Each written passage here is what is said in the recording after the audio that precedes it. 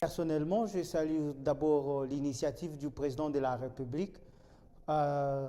Penser à ce que les Congolais se retrouvent et qu'ils parlent par rapport à ce qui concerne la nation. C'est une position très positive pour la République. Parce que vous savez, au-delà des intérêts, nous devons mettre en premier lieu la patrie. Et lorsque la patrie est menacée, il faudra que les Congolais puissent taire leur écho et qu'ils s'asseyent pour réfléchir, voir sur quelle lancée on peut porter la patrie qui est en danger, qui est agressée.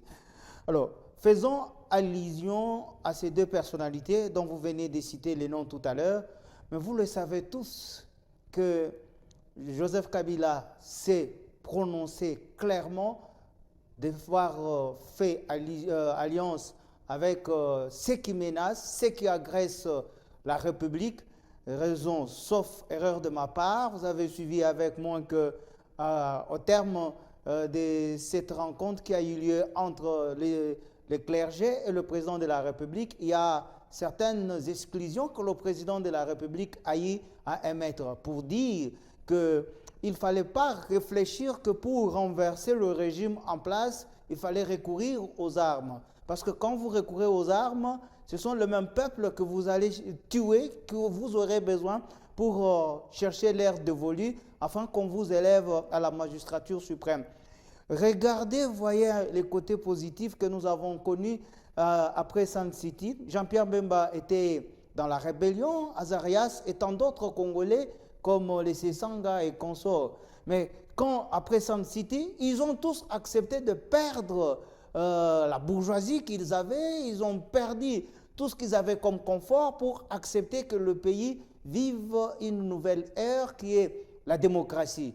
Mais comment se fait-il que quelqu'un qui a passé plus de 18 ans au pouvoir ne pouvait rêver qu'il faut renverser le régime en place? À l'époque, personne ne l'a cru que c'était lui qui était à la manœuvre pour empêcher le décollage de la République. Mais voilà qu'aujourd'hui, tout le monde reste bouche bée parce que nous avons mis tout à nu, tout au clair. Alors, tout ce que nous pouvons acclamer encore est que ceux-là qui sont à l'Est, en train de chercher à prendre le pouvoir, s'ils peuvent quitter l'alliance avec le Rwanda, déposer pour faire taire le bruit des armes et rentrer au bon sens, à ce moment-là, ils sont le bienvenu. Ils sont le bienvenu. Il faudra que la République vive une continuité de la démocratie, qu'elle la rompre pour chercher à prendre le pouvoir par les armes. Ça, les Congolais ont déjà dit non.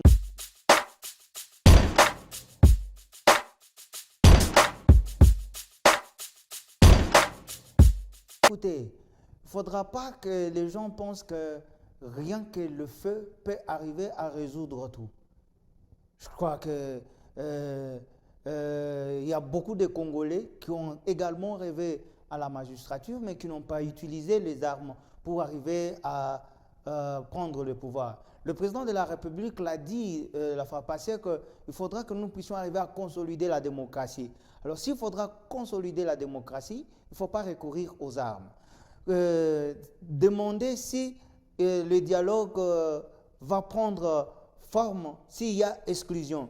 En fait, ici, on exclut ceux qui ont eu à faire recours aux armes. Mais sinon, c'est une opportunité pour que tout Congolais qui rêve l'essor de la République vienne autour des clergés pour voir quelles sont les propositions qu'ils peuvent faire, bien que certains l'ont déjà fait au travers les consultations de pacte social, mais ils peuvent venir renforcer leur position que penser. Parce que quand il y a le feu, c'est les Congolais qui meurent. C'est la République qui ne progresse pas. Nous freinons notre propre développement en pensant que nous pouvons recourir aux armes.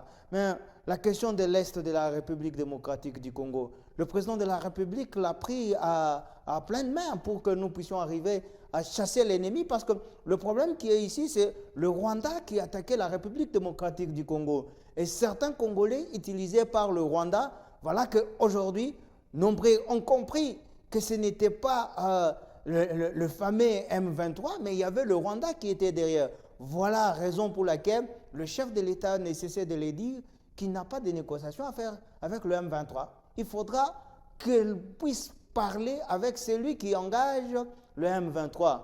gloire soit rendue au Seigneur, que nous sommes sur cette lancée d'aller vers le Rwanda pour arriver à terre. Et voilà que même si le Rwanda quittait les sols congolais, il faudra maintenant que nous puissions penser quelle est la formule qu'il faudra pour sécuriser totalement nos frontières à l'est de la République. Raison pour laquelle on a fait recours à plusieurs autres qui ne sont pas de l'Union sacrée, qui ne sont pas du gouvernement, pour qu'ils arrivent à émettre leur point de vue. Ne dit-on pas que dans plusieurs têtes, il y a plusieurs intelligences? C'est quand on amène plus du bois au feu que le feu s'allume encore plus fort. C'est ça même l'ouverture que le président de la République vient de faire au travers les clergés et avec l'arrondissement de l'équipe. C'est pour que nous puissions arriver à réfléchir quel modèle de sécurité qu'il faudra pour que nos frontières ne soient plus très poreuses à l'insécurité.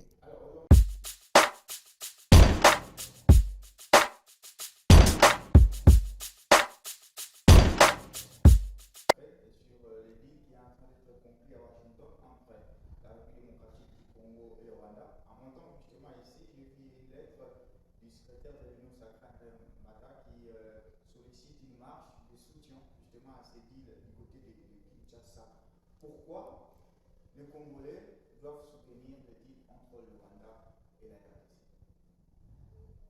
Entre le Rwanda et la RDC. Il faudra savoir que notre pays, depuis 1994, nous souffrons des atrocités que le Rwanda commet en République démocratique du Congo. Alors, si l'heure est venue pour que nous arrivions à mettre un terme à cette incursion permanente de Rwandais, le Rwanda a utilisé Mzee Laurent Désiré Kabila, le Rwanda a utilisé Azarias Robert-Roi, le Rwanda a utilisé beaucoup de formes des M23 que nous connaissons tous. Alors, si aujourd'hui nous sommes devant une réalité qui va nous permettre à ce que nous puissions arriver à stopper, je peux dire, éternellement ou durant une longue période le Rwanda, il est important que nous puissions saluer cela. Pourquoi? Vous avez vu, actuellement, on va vous dire, l'effort, on parle beaucoup plus comment sponsoriser la guerre à l'est de la République. Mais tous ces fonds qui sont injectés à l'opération de renforcer les équipes, si nous n'avons plus de guerre, nous pouvons utiliser ces fonds à d'autres investissements. Ça pourra nous permettre que nous puissions atteindre un certain élan dans ce qui concerne l'industrialisation, le développement de la République démocratique du Congo.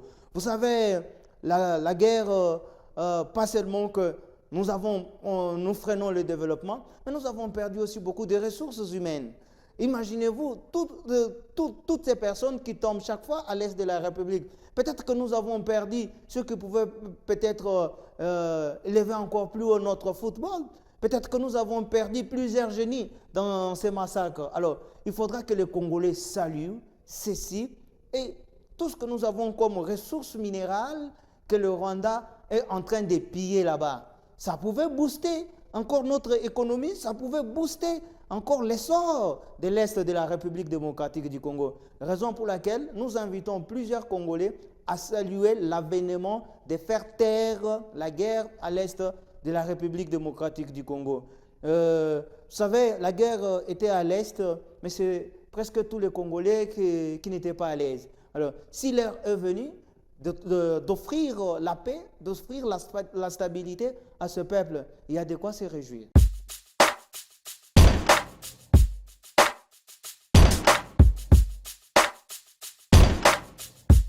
C'est la farce de la dinde, c'est une simple galerie que Kigaya-Bin Karoubi est en train de faire. Vous n'oubliez pas que le programme sinon congolais Kigaya-Bin Karoubi était parmi les pièces maîtresses. Mais qu'est-ce que ça nous a produit? Nous avons essayé, durant le régime de Félix Antoine Tshisekedi, de réévaluer la chose, mais tout le monde est au courant des 7 milliards que nous avons gagnés juste pour avoir renégocié ce fameux contrat que Kigaya-Bin Karoubi avait encouragé la fois passée. Et à leur époque, ils ont donné les minéraux congolais pour juste qu'on nous fasse les routes. Et ces routes-là que nous ne vivons même pas. Vous voyez? Alors, dites-moi, entre une route et la sécurité, qu'est-ce qui vaut plus? Si on n'a pas la sécurité, même si nos routes sont asphaltées comment, nous n'aurons pas le temps d'aller se promener. Mais la sécurité vaut un pesant d'or pour le peuple congolais. Peut-être que Kikaya est tout le temps dans les avions, il ne vit pas à l'est de la République, mais si ces gens-là pouvaient écouter Kikaya prononcer de telles paroles, je crois qu'il aura plus de pierres sur lui que se permettre de dire que c'est une blague. La paix vaut mieux que tous. Les Saintes Écritures disent mieux vaut avoir la paix qu'avoir un pain beurré plein de viande qui ne vous servirait à rien. Donc pour nous, la paix vaut mieux que les routes qu'eux ont eu à faire la fois passée. Il n'y a pas de bradage. Il n'y a pas de bradage de nos richesses. Nous avons ces richesses-là, mais tout le temps volées par le Rwanda. Le Rwanda est aujourd'hui parmi les premiers pays producteurs du coltan. Mais au moment où ils n'ont pas de mines de coltan chez eux, ils volent la castérite, ils volent de l'or, ils volent le coltan. Hein? Mais nous, Congolais, qui avons ces ressources-là, nous manquons même la paix chez nous. Donc, mieux vaut peut-être que nous puissions faire ces deals, augmenter le taux de stabilité, de sécurité chez nous, qu'avoir ces minéraux et être volés chaque fois et perdre les vies de nos concitoyens.